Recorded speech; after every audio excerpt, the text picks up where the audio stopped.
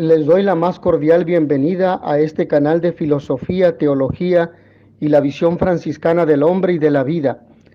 Vamos a abordar el tema: la principal tarea del sínodo es volver a poner a Dios en el centro.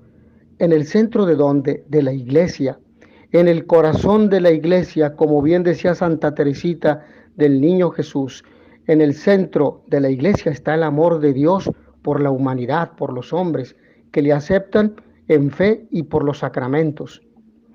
En ellos Dios nos salva y nos conduce a amarnos entre nosotros como hermanos y de esta forma a lograr, a responder al plan y al llamado que Dios nos hace a la salvación.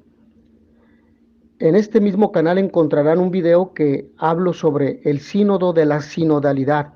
Aquí lo pueden también ver, ese video así se titula, el sínodo de la sinodalidad. Ahora quisiera enfocarme en lo que el Papa Francisco ha expresado al inicio de este sínodo.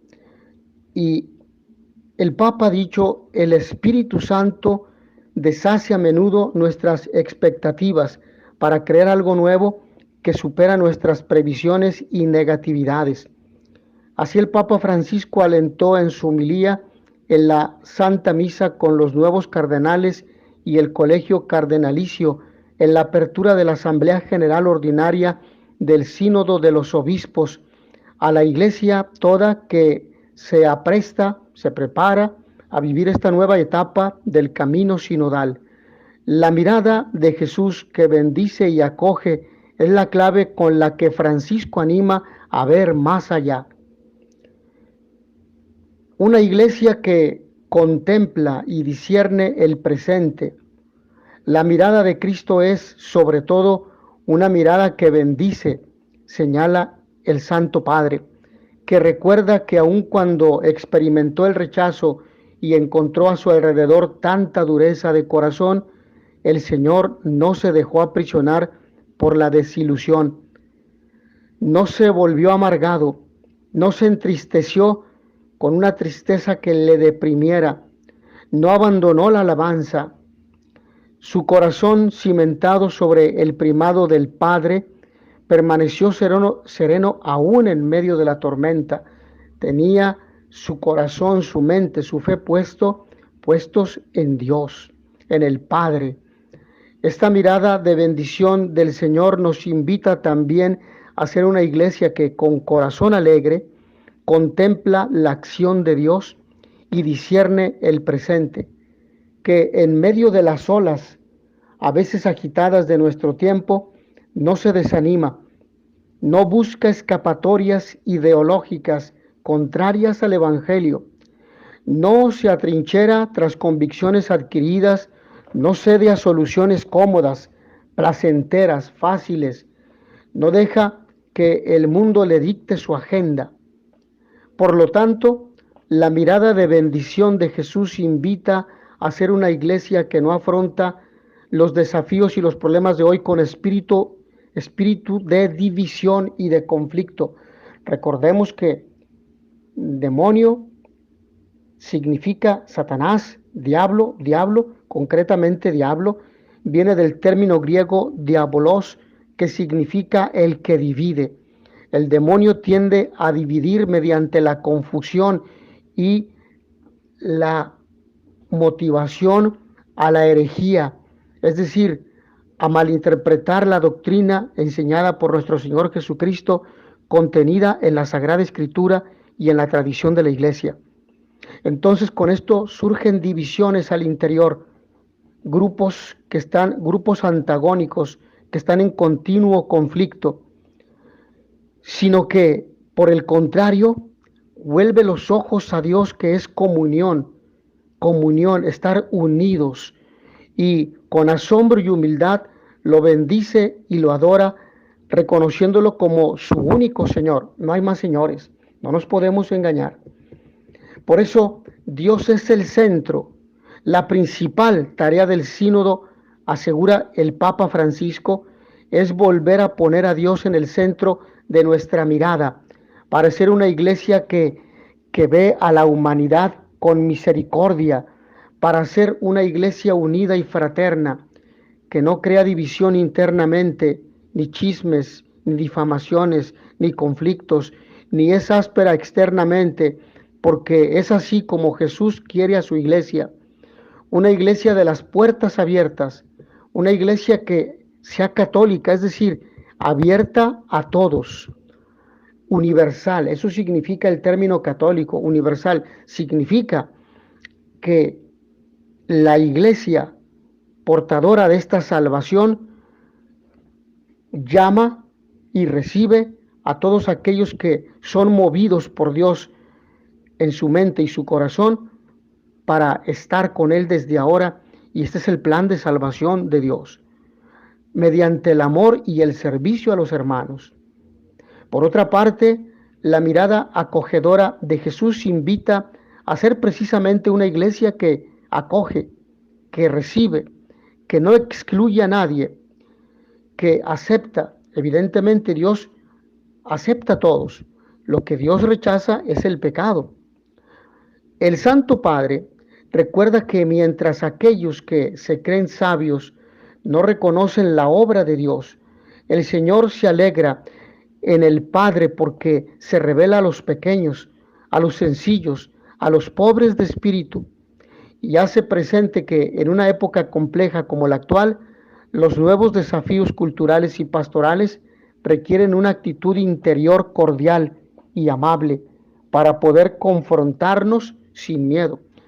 El término confrontación hace referencia a un encuentro cara a cara, viendo a los ojos, es decir, con la misma dignidad y con el mismo amor que Dios nos tiene y que nos invita a amarnos fraternalmente unos a otros. Porque quien diga que ama a Dios pero no ama a su hermano es un mentiroso, lo dice San Juan en su primera carta. Por lo tanto, hermanos y pueblo santo de Dios, frente a las dificultades y los retos que nos esperan, la mirada de Jesús que bendice y que acoge nos libra de caer en algunas tentaciones peligrosas. La de ser una iglesia rígida, cerrada, que se acoraza contra el mundo y mira hacia el pasado. La de ser una iglesia tibia, que no se decide a amar, a ir a la búsqueda de la oveja perdida y traerla al redil, a la iglesia, que se rinde ante las modas del mundo.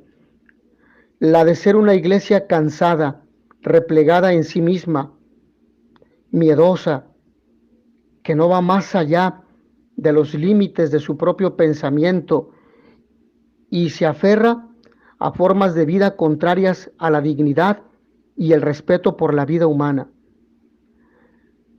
Por eso somos pecadores arrepentidos, debemos entender esto.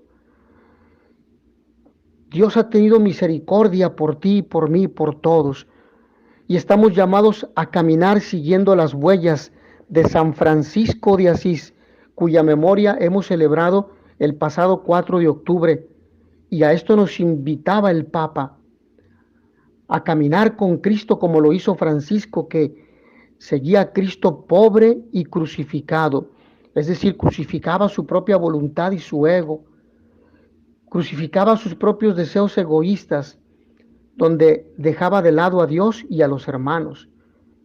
Por lo tanto, era un proyecto sin iglesia. Y como el santo de la pobreza y de la paz, a despojarse de todo para revestirnos de Jesús, haciendo el bien a los demás.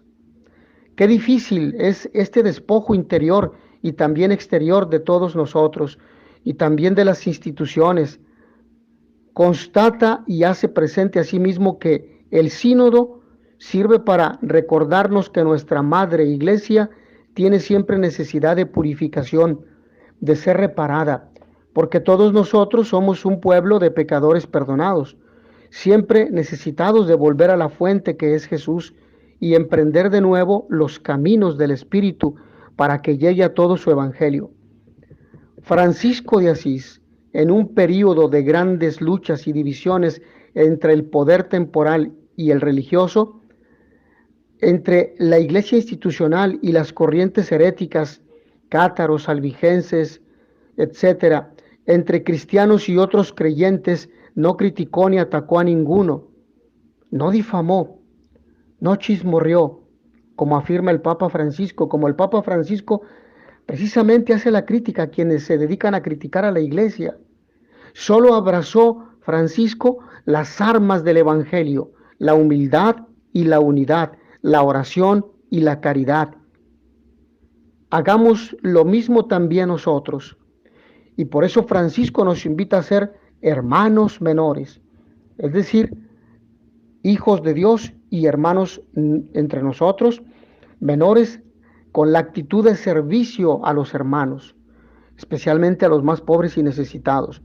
Abrirse a la acción del Espíritu Santo, el ministro general de la Orden Franciscana, el Espíritu Santo que nos llama, nos invita, nos llama a la conversión, nos llama a amar, a perdonar, a abrir nuestra mente y nuestro corazón a Dios. Recordar que el sínodo, por lo tanto, no es una reunión política, sino de una convocación en el Espíritu Santo. No es un parlamento polarizado, sino un lugar de gracia y comunión. Y el Papa concluyó diciendo que el Espíritu Santo deshace a menudo nuestras expectativas para crear algo nuevo que supera nuestras previsiones y negatividades. Quizá pueda decir que el momento de mayor fecundidad en el sínodo son los momentos de oración. También el ambiente de oración por el que el Señor actúa en nosotros. Abramos a Él e invoquémosle. Él es el protagonista, el Espíritu Santo, tercera persona de la Santísima Trinidad, amor que existe entre el Padre y el Hijo.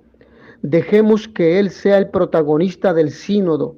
Confiemos a Él esta acción de renovación de la Iglesia y con Él caminemos con confianza y con alegría, ya que Él es el santificador de la Iglesia, el renovador de la esperanza cristiana. Mis hermanos, que a todos ustedes el Señor los bendiga y les dé la paz. Nos vemos en la siguiente sesión. In notitia veritatis proficere, pax et bonum.